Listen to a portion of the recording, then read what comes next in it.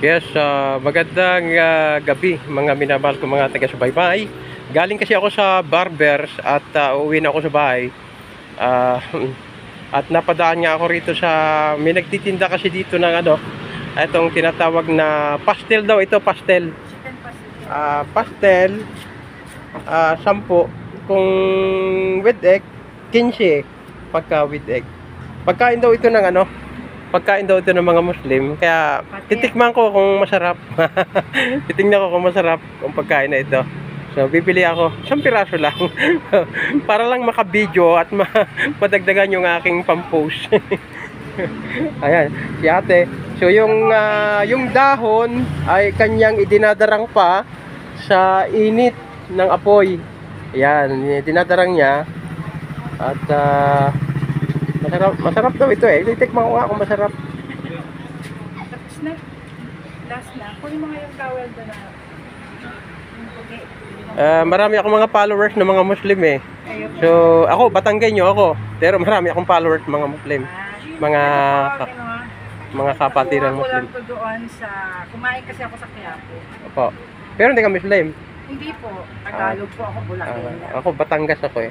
Titikman ko lang kung ano lasa ng pagkain ng mga Muslim.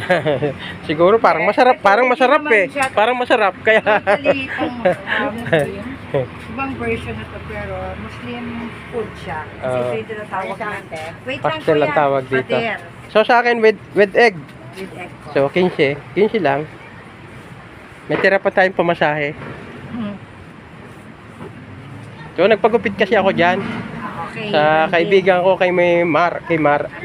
At ito binawasan yung buhok ko kasi malago na eh. Pinapainit pala yan. Parang nagsasaing sila ng tapos na sa yung dahon na idinadarang sa init. Yung mura na dahon nito, yung murang dahon ng saging ng saba.